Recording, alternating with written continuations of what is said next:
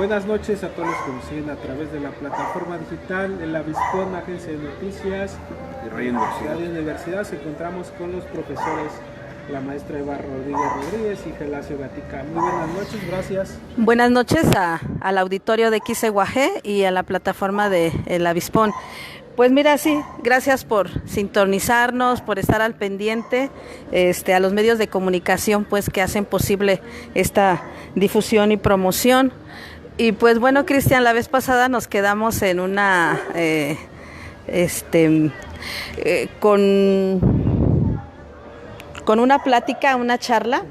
Y comentábamos acerca de nuestros orígenes, de los pueblos mesoamericanos, y para ser rápido, sobre ese choque brutal del encuentro de dos mundos.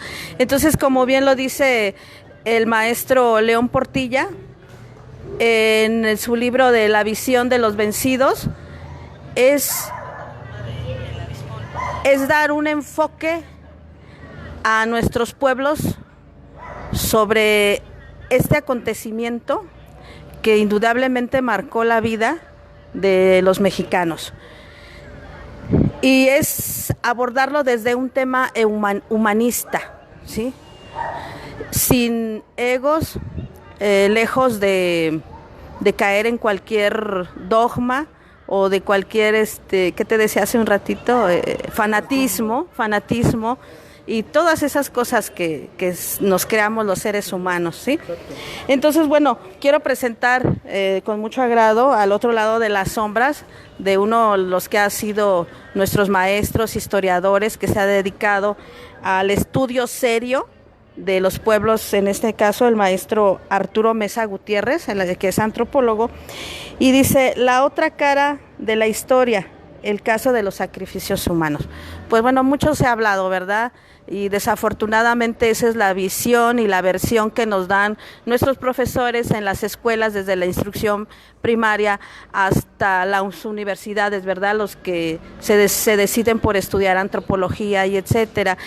Y pues bueno, es muy respetable su idea, pero como ya te decía yo, siempre desde que he sido pequeña nunca me he conformado con lo que me dicen. Siempre me gusta estar indagando, buscando y preguntando por qué y para qué y para qué. Entonces, como ya bien les dije, que mi papá fue un hombre que no le gustó, no tuvimos televisión y teníamos una repisa de libros, y pues bueno, este es uno de los pocos libros. Y entonces, pues abordar este tema es de controversia también, muchos dirán, tendrá su posición, pero como ya lo dije, es desde un lado humanista en los pueblos mesoamericanos. Entonces, bueno, aquí el maestro Arturo Mesa Gutiérrez abre con una reflexión o algo que dice: ¿qué hubiera pasado si en las crónicas del siglo XVI, escritas por religiosos y soldados como Hernán Cortés y Bernal Díaz del Castillo, no se hubieran mencionado los sacrificios humanos? ¿Tendrían los arqueólogos actuales ese recurso para la interpretación de sus descubrimientos? Y bien es cierto que aquí, en toda esta investigación que hace el maestro Arturo Mesa Gutiérrez en este libro, en donde en una de las cartas de relación que dice Hernán Cortés que él nunca vio un sacrificio humano. ¿Por qué dijeron que nuestros antepasados y sobre todo los mexicas hacían sacrificios humanos? Porque pues era para poder que no los regañaran o decir, no, pues es que ellos son bien bárbaros, ¿no? Como ya lo comentaba, hicieron tanta matanza, tanta gente con sus perros mastines que traían, la matanza que hicieron en Cholula también, en una de las cartas. Y comentábamos aquí la vez pasada de cómo las mujeres o los hombres llegaban. Aquí, hice una selección. Espero leerla, a ver. Adelante. Dice: Pertrechos, municiones y gente llegados desde Veracruz vinieron a sumarse a las fuerzas de Hernán Cortés, quien poco a poco iba cerrando el cerco. Inclusive caravanas de víveres destinadas a ayudar a Cuauhtémoc, y los habitantes de Tenochtitlan eran interceptados por los invasores. Los mexicas encerrados en la ciudad iban siendo replegados a la parte norte de la isla. En Tlatelolco hubo muchas muestras de heroísmo en la defensa. La gente moría de inanición, pero no se rendían ante el asedio. La tradición oral, avalada por los anales de Tlatelolco, todavía recuerda los hechos heroicos. Uno de ellos es el de las mujeres de Tepito, del Calpulli Tlatelolca, que se dividía en 3 fracciones: Mecamalinalco, Xocotlán y Cohuatlán. La ética de los guerreros mexicas y tlatelolcas impedía golpear por la espalda al adversario. La lucha siempre debía ser de igualdad de circunstancias. Esto nos da una idea de la alta moral que hasta en la lucha era llevada a la práctica. Los invasores, cuando se veían perdidos, daban la espalda al guerrero, el cual momentáneamente paraba su ímpetu. El hispano aprovechaba este instante y de reflexión lanzaba el mandoble a traición. Al ir sucumbiendo los defensores, las mujeres de Tepito se vestían con los ropajes e insignias de los guerreros caídos. Cuando los castellanos querían repetir su ardid, las mujeres, que no habían tenido la preparación de los guerreros, aprovechaban el momento en que los enemigos les daban la espalda y acababan con ellos. Entonces, imagínate, eran 2 formas muy diferentes, ¿sí? Cómo ellos tenían todavía esa alta moral en la lucha en cuerpo a cuerpo. No éramos salvajes entonces. Luego entonces con estos códigos de honor, pues no es como decían los españoles, ¿verdad? Fue entonces cuando en Tlatelolca pereció el gran Ocelot, el gran jefe. La guerra se extendió envolviéndole todo. Fue entonces cuando se batieron las mujeres de los tlatelolcas, cuando asestaron golpes a los enemigos y cuando hicieron prisioneros. Andaban vestidas con insignias de guerreros, alzaban sus faldas para perseguirlos mejor. En esta breve reflexión de los hechos más sobresalientes en la guerra de invasión, todo lo relativo a los sacrificios humanos y a la antropofagia pasa a una dimensión de comprensión muy diferente a la forma tradicional que emplea la historia. En primer término, los españoles sacrificados a Huitzilopochtli nunca lo fueron. Las veintenas de Oxpanistli y Tecuintontli nada tienen que ver con las ceremonias solares del Texouki, Tezcatlipoca. En cambio, es más lógico aceptar que fueron ajusticiados. Bueno, pues en estas épocas, en algunas veintenas, claro que se impartía la justicia. Los dicen en algunos otros libros y en algunas historias de Bernal Díaz del Castillo, donde en algunas veintenas, efectivamente, si alguien violentaba esa armonía, faltaba a esas normas, entonces los guerreros o las personas que habían cometido falsas entraban en un combate. Y bueno, y luchaba por su libertad. Si ganaba, pues se le dejaba libre, ¿verdad? Ganaba, y si no, pues ahí perecía. Yo te digo, son formas diferentes, ¿verdad? Cortés mismo temía ser sacrificado, según, ¿no?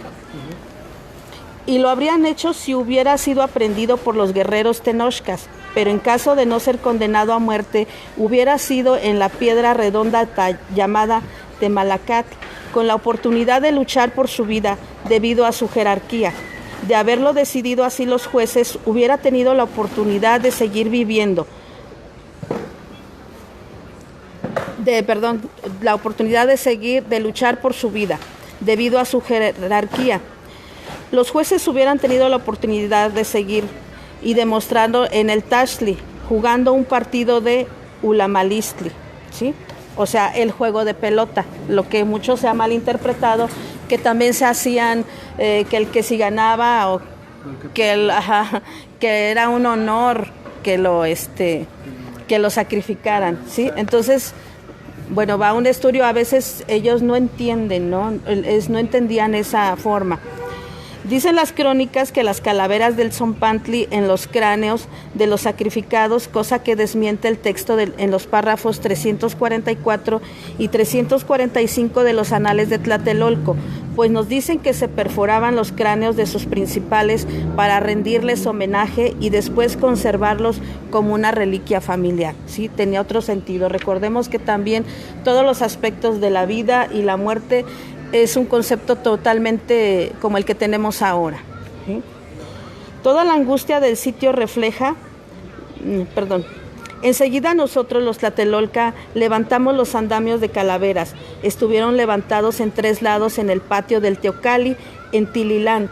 Allí se perforaron los cráneos de nuestros señores. Allí se colocaron también las banderas que habían sido logradas por el Tlacatecat, Ecatzin, Tlapatnecat y Popocatzin. En el segundo lugar, en Yacocolco, se pusieron las cabezas de nuestros señores como trofeos de batalla. También respetaron las cabezas de 2 caballos y 2 cabezas de caballos en el tercer lugar, en Zacatlán, frente al Teocalli de las mujeres. Estas fueron proezas de los tlatelolcas. Hecho esto, los castellanos nos expulsaron, vinieron y se apoderaron del gran mercado. Toda la angustia del sitio la reflejan varios textos en la obra de Sahagún. Leamos este dramático párrafo. Y todo el pueblo estaba completamente angustiado, padecía hambre, desfallecía, no bebían agua potable, agua limpia, sino agua de salitre. Todo lo que comían eran lagartijas, golondrinas, la envoltura de las mazorcas, la grama salitrosa, andaban masticando semilla de colorín y lirio acuático, y el relleno de las paredes. El cuero de venado lo asaban, lo requemaban, lo tostaban y lo chamuscaban y lo comían.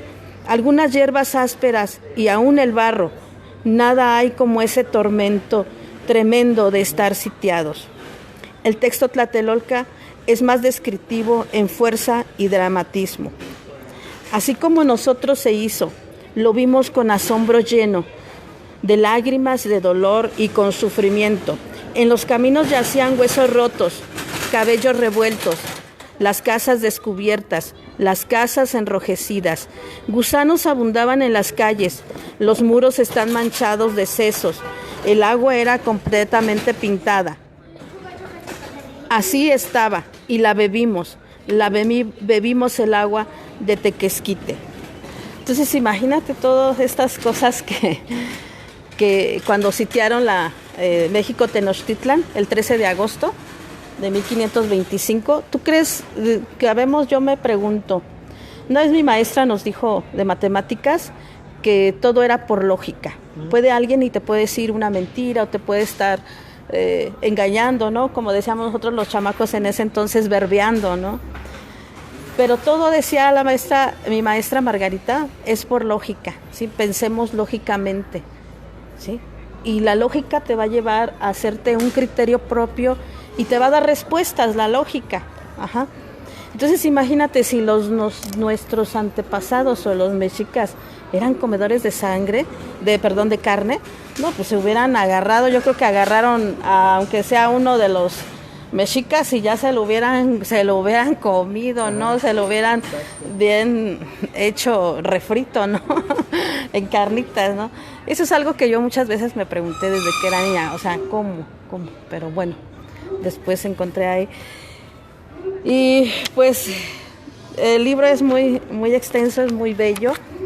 Los que gusten, no vaya a sonar a comercial, pues a lo mejor el maestro Arturo Meza Gutiérrez tiene muchos en existencia. Los que quieran aprender y leer y hacer un análisis pues del lado humanista, pues hay que cultivarnos, hay que leernos, no nada más quedarnos con lo que nos dice la parte de los vencidos, ¿no? Hay que escuchar ahora la historia de los vencedores. Hay que escuchar nosotros la historia de los vencidos, ¿no?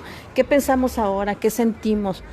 ¿Cómo actuamos? ¿Cómo debemos dirigirnos hacia nosotros mismos, hacia pues nuestras vidas? Maestra, entonces esto en este libro desmiente todo lo que se cree. Pues mira, no es nada más, porque sería como desmentir también, es llegar a una conclusión y a una verdad. Porque yo te puedo decir, como te dije ahorita, no es cierto y nos podemos meter en una guerra de dimes y diretes, ¿sí? Exacto. Pero bueno, el maestro Arturo Mesa, aquí también está la bibliografía y lo dice, lo que dice aquí, lo dice con un soporte y con un sustento, Exacto. ¿sí? No nada más porque se le ocurrió o porque así lo decía, ¿no? Entonces, son trabajos serios y creo que ya perdí la bibliografía. Es que ya tiene muchos años este libro y tanto que lo he leído. Pero Pero viene bien sustentado. claro que sí. Sí, creo que perdí las hojas. Es que ya se me está aquí. De este material lo hemos sacado copias y lo hemos ido entregando pues en varias comunidades, a varios compañeros. Sí, mira, se me perdió, pero bueno, aquí viene el vocabulario también y sí, se me deshojó. Aquí está, mira, la bibliografía. Anales de Tlatelolco. Códice de Tlatelolco, brevísima relación de la destrucción de las Indias, cartas de relación de Hernán Cortés, Chacmol, señor de nuestro sustento, Códice Borgia, Códice Chimalpopoca. Y sobre todo que el maestro Arturo Mesa Gutiérrez es uno de los, creo que de los únicos seres y personas que pues que se ha dedicado al estudio de los códices, de nuestros libros antiguos. Que maestra, muy importante lo que nos acaba de comentar. Claro, que es con sustento, dijimos. Si no se te cae, dice mi maestra Hilda, ¿verdad, Rosa Hilda? Lo que diga, si no tiene sustento, se te cae, ¿no? Exacto. Entonces, nos falta eso, ponernos a investigar, porque dijera por ahí en un documental, ¿sí? Parece ser que quieren desaparecernos nuestra historia, nuestra memoria genética, ¿no? Porque solamente la historia se empieza a escribir desde que llegan los españoles. Pero ¿qué había antes? ¿Cómo se desarrollaron todas estas culturas mesoamericanas? ¿De dónde vinieron? ¿Cómo? Etcétera. O sea, no nos atrevemos a indagar todo eso. Entonces, tenemos una vasta riqueza, herencia cultural, que no data ahorita de 2000 años, ¿no? Que son más de 10,000 años. Y te lo digo, no te lo digo yo, lo dan John Lewis también, fue un hombre que también se dedicó a estudiar parte del estado de Guerrero y que lo escribe, ¿no? La región de Mezcala, dice, donde se encontró el maíz con más de 10,000 años de antigüedad. Maestra, por citar algunos. Pues Gelasio, muy importante este libro. Mira, ya comentábamos, Cristian, la vez pasada, que la historia la escriben los vencedores, no los vencidos. Y esta es parte de lo poquito de nuestra historia que se ha logrado conservar y que lo documenta nuestro maestro, el antropólogo Arturo Mesa Gutiérrez, retomando los textos de los anales de Tlatelolco. Entonces, hoy en día le preguntas a un niño de primaria si se siente orgulloso de descender de la casta de los aztecas, que es de quien se conoce más, y un niño no se siente orgulloso de una casta sanguinaria, porque así nos han etiquetado, ¿sí? Pregúntale a la gente de Guerrero, a los historiadores, a los antropólogos, a los arqueólogos, pregúntales quiénes son los yopes. Igual te van a decir que es la gente más sanguinaria, pero no te dicen la otra parte de los yopes, ¿verdad? Siempre lo van a etiquetar con algo malo, pero los yopes fue una de las castas más cultas en territorio mesoamericano, ¿sí? Prueba de ellos es que en Tenochtitlan, ¿sí?, en lo que hoy conocemos como el Distrito Federal, había un calpulli reservado a ellos, había un centro ceremonial dedicado a Xipetote, porque eran los grandes orfebres, los maestros de la orfebrería, ¿sí? Tenemos los observatorios astronómicos en el estado de Guerrero, territorio olmeca y yope, ¿sí?, más antiguos de Mesoamérica. Hay uno que se encontró en La Amada, Chiapas, pero que está destruido, ¿sí? Pero nosotros tenemos la fortuna de decir que en territorio guerrerense, en la cuenca del Balsas, ahí donde se unen los ríos Amacuzac y el Balsas, hace una Y, en esa parte justamente, ¿sí?, está uno de los observatorios astronómicos mejor conservados y que data de la cultura olmeca. Entonces, fueron grandes maestros en la astronomía, en la agricultura. De ahí derivan los 3 sistemas de labranza principales que se conocen en todo Mesoamérica, porque son ellos los padres de la agricultura, ¿sí? Y vamos a ellos le debemos los 3 sistemas de labranza, que es el Tlacolol, la Chinampa y la Amilpa. La milpa es el sistema de riego, la chinampa es sembrar sobre lagos, sobre pantanos, y el tlacolol es esperar la producción o el temporal que nosotros conocemos, ¿no? Aquí en nuestro estado de Guerrero es lo que más predomina, ¿no?, la siembra a través del tlacolol.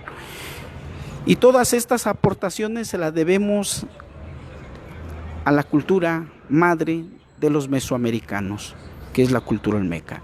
Entonces, es triste y lamentable, ¿sí?, que a estas alturas, en pleno siglo XXI, bueno, todo obedece a intereses, ¿verdad? Pero es triste y lamentable que un historiador guerrerense, mexicano, ¿sí?, no conozca su historia, ¿sí?, y que siga repitiendo frases de los cronistas sin un soporte histórico. No hay ningún soporte histórico de los sacrificios humanos, ¿sí? Es una justificación, ¿sí?, ante la corona para exterminar a los nativos y apoderarse de sus riquezas. Hoy en día lo siguen haciendo. Hoy en día los mexicanos no son dueños de su oro, de su plata, ni de su hierro, ni de sus recursos naturales. Y seguimos viviendo un neocoloniaje, un coloniaje disfrazado. Esa es la triste realidad del pueblo mexicano. Parte de la falta de lectura también. Bueno, no sé si tengamos más tiempo. Yo quiero leer Adelante, otra sí, parte maestra, de la adelante. otra que decía. Fue cuando tomaron ya Cuauhtémoc, entrega la ciudad de México, Tenochtitlán, para que imaginemos todo lo que tuvieron que pasar y vivir. Varios miles de personas fueron replegadas en Tlatelolco, rodeadas de cadáveres en descomposición, sin poderlos incinerar ni devolverlos a la madre tierra, hacinados en sus casas, en las acequias, en los acaltin. Niños y mujeres y ancianos sufrían el constante cañoneo desde los bergantines y calzadas. En las orillas del cerco, los guerreros iban cayendo en la lucha ante el hambre cada día mayor y cayendo por la peste que también hacía presa de la población desvalida, dice en el manuscrito Tlatelolca. En los sitios tomados por los invasores se hallaban mujeres y niños macilientos que eran sacrificados con ferocidad por los españoles. Ya no habían lagartijas ni ratones, el musgo acuático se había terminado. Masticamos la madera de tzompantli, zacate, del tequesquite, trozos de adobe, lagartijas, ratones cubiertos de polvo y gusanos. Lo comíamos todo junto con lo que se ponía al fuego. Nos comíamos las cosas junto al fuego hasta que todo se terminó. La valentía de los pobladores se ponía de manifiesto aún en medio del hedor de la peste y del hambre. Cuando los caídos diariamente se sospechaba una posible rendición, el pueblo contestaba que era mejor morir que rendirse. Por el norte de la isla iban avanzando los sitiadores, replegando la población entre el Tenanitech y el Tlacochalco de Cuepopan. Muchísimas mujeres se aglutinaban en el Tenanitech y defendían con lanzas y escudos este lugar. Los niños de rostros enjuntos y los ancianos apedreaban desde los techos a los invasores. Cortés y Alvarado dieron un asalto que creían definitivo. Avanzaron con sus fuerzas contra los sobrevivientes, quienes, sacando de su fuerza de su debilidad y con gran pérdida de vidas, hicieron replegarse a los españoles y a sus aliados. Ya los mexicanos no tenían fuerzas para combatir, pero no aceptaban rendirse. El día 13 Cuespalin, 12 de agosto de 1521, Cortés se dispuso a preparar un nuevo asalto general, irritado de la tenacidad de aquellos que seguían defendiendo su ciudad. Puso las fuerzas al mando de Alvarado y a Sandoval le indicó que entrase con sus bergantinas hasta la lagunilla que penetraba cerca del Tenanitech. Empezó la batalla. Los tlatelolcas y mexicas ya no tenían flechas ni piedras.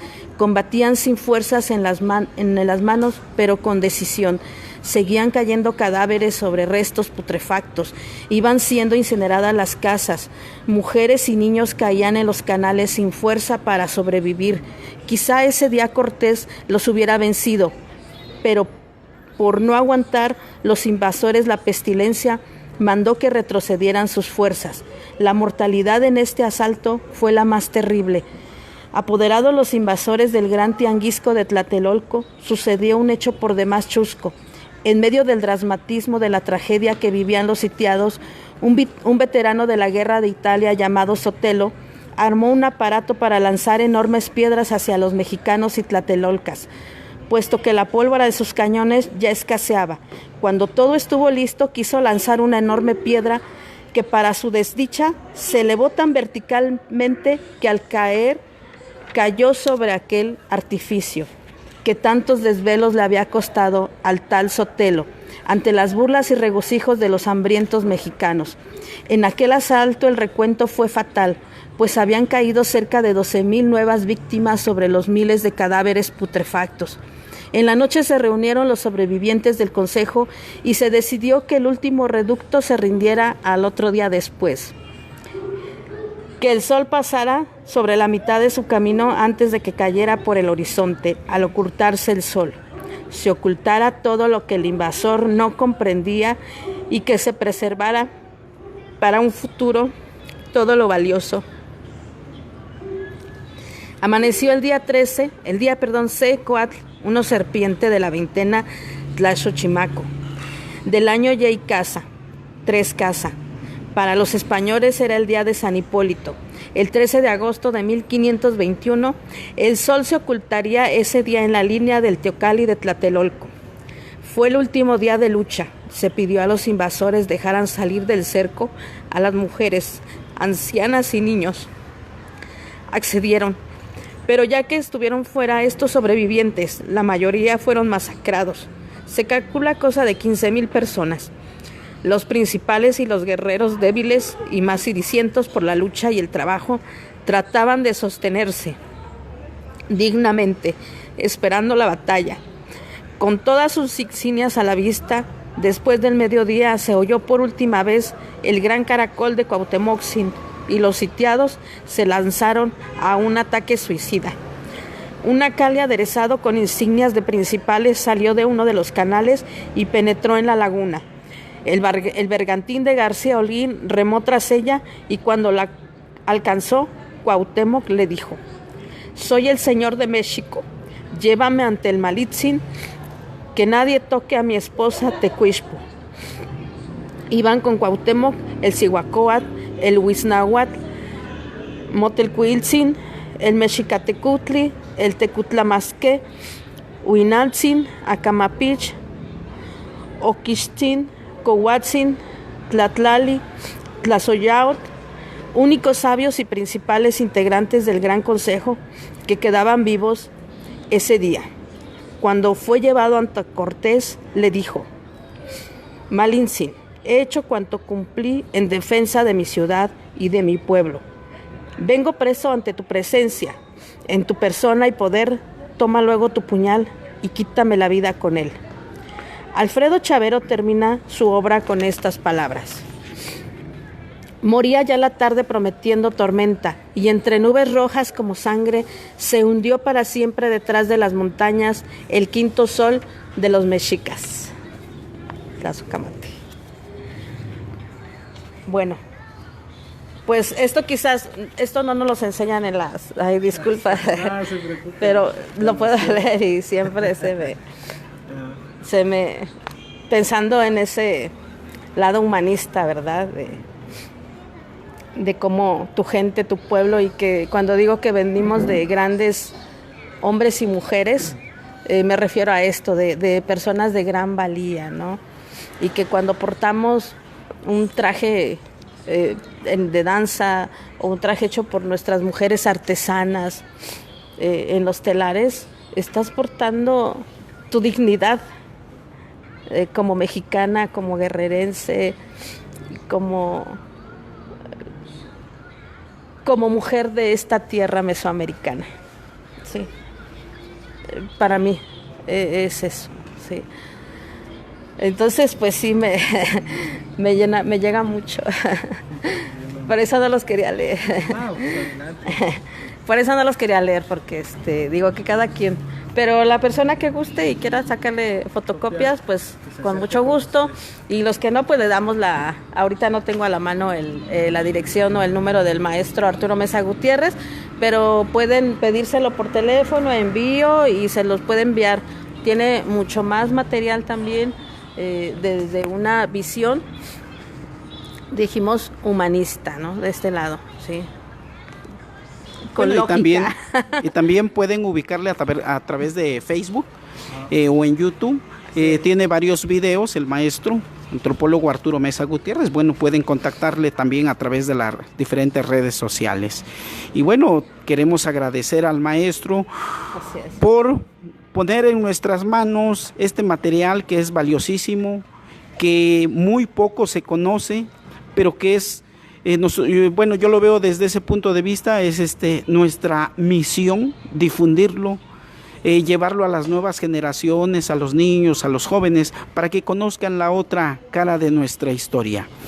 Y yo siempre he dicho, si algo tenemos que hacer es dignificar la grandeza de nuestros pueblos originarios. Hoy la maestra Evita pues nos relató ese suceso histórico, ¿sí?, del sitio a Tenochtitlan. Poco sabemos que Tenochtitlan, el centro, el capital político, pues no nada más de los grupos que estaban asentados en el valle de lo que hoy conocemos como el Distrito Federal, ¿no? Estamos hablando de la Confederación de Anáhuac, del norte de Canadá hasta sur de Nicaragua. Ese era el gran señorío de la Confederación de Anáhuac. Y en Tenochtitlan, pues efectivamente estaban representados todos estos pueblos. Era el control político, ¿no?, de esta gran confederación. Y bueno, decide Cuauhtémoc entregarse a cambio de que dejen en libertad a los niños, jóvenes y ancianos, pero los españoles no sabían de códigos de honor, ¿sí?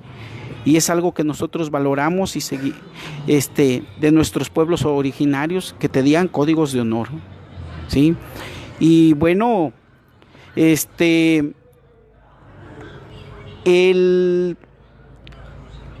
invasor aprovechó esos momentos y bueno, pues creo que todos sabemos qué fin tuvo, ¿sí? Pero más sin embargo, creo que fue muy importante el hecho de que Cuauhtémoc se entregara, ¿no? Digo, murieron miles y miles de personas en ese sitio, pero también nos dejó una gran consigna que más adelante, pues, Cristian, si nos hace favor, la vamos a comentar. Próximo comentario, la consigna de Anáhuac, ¿sí?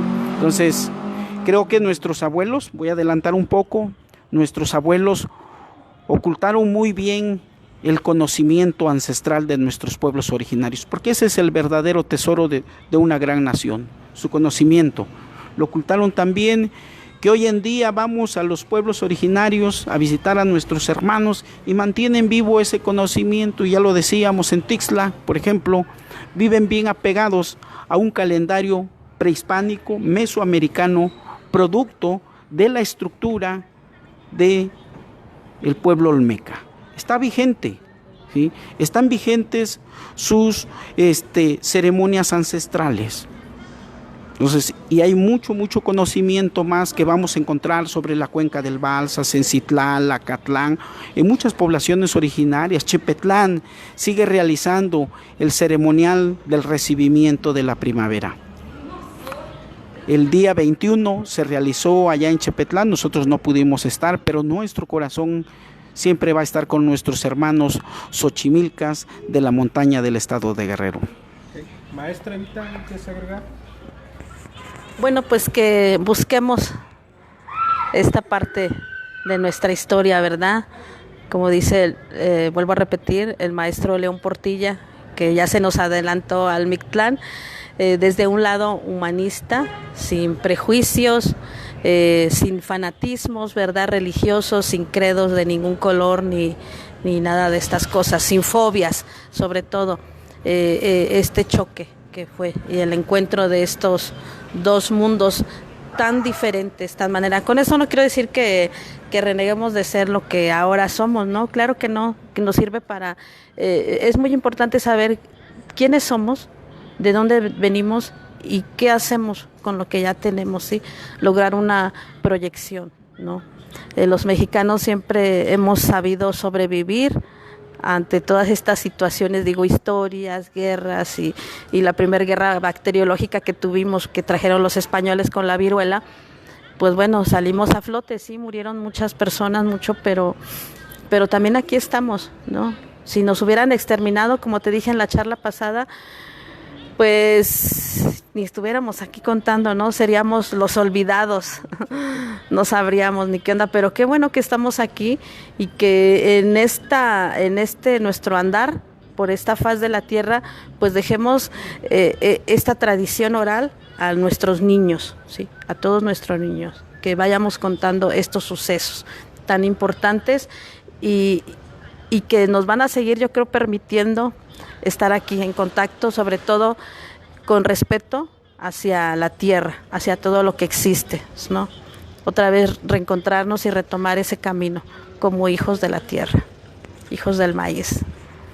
Nada más recalcar lo que comentaba la maestra Evita, pero en este documento de los Anales de Tlatelolco se relata de que una vez que estaba sitiado Tenochtitlan, los españoles a sus muertos de viruela los aventaron a los canales de agua potable, los canales que distribuían agua potable a Tenochtitlan.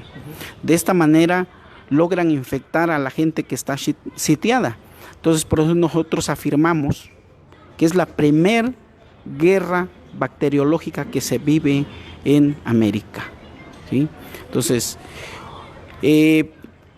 no tenían anticuerpos nuestros antiguos pobladores y en consecuencia pues viene a devastar, ¿no? Viene a mermar la población. Entonces, porque era una enfermedad nueva que no se conocía aquí en este mundo, en estas tierras, ¿sí? Y sí afectó, ¿no? Diezmó mucho la población aquí en Tenochtitlan. Sí, entonces, únicamente para recalcar que esa fue una de las primeras guerras bacteriológicas que se viven en el mundo. Pues bueno, más que nada, pues agradecerle a la rectora de Radio Universidad, de nosotros que pues no me gusta escuchar estas, se podría decir que esta lectura, donde nosotros nos adentramos, nos imaginamos estos hechos y pues en nuestros antepasados, los que vivieron, pero nos puede nuevamente recalcar en dónde podemos encontrar este libro. Bueno, mira, este libro está, le digo, voy a subir o te doy la información, no traigo ahorita el número del maestro, pero les puedo dar su número telefónico y él les puede mandar el envío, ajá. Y la otra es, pues la gente que guste, pues se lo puedo prestar con ida y vuelta para que le saquen una fotocopia, etcétera, y puedan tener el material. Uh-huh. Y también pueden encontrar ahí al maestro en las redes sociales, en Facebook como Arturo Mesa Gutiérrez. También más directo pueden decirle alguna duda, comentario y todo. Y bueno, ya una vez también tuvimos aquí hace 6 años más o menos, vino el maestro a una conferencia, lo invitamos, hicimos ahí por parte de la universidad, ya tuvimos la oportunidad. Y pues bueno, esperemos que no sea la primera, ¿verdad? Queremos otra vez, en algún tiempo no tan lejano, volver a venir a traer otra vez al maestro, que nos venga él a comentar, ¿verdad? A dar una charla también sobre este tema. Y pues bueno, agradecerles también a ustedes, a los medios de información, pues que están atentos, ¿verdad?, a estas charlas, y esperemos que el auditorio también allá, pues sea como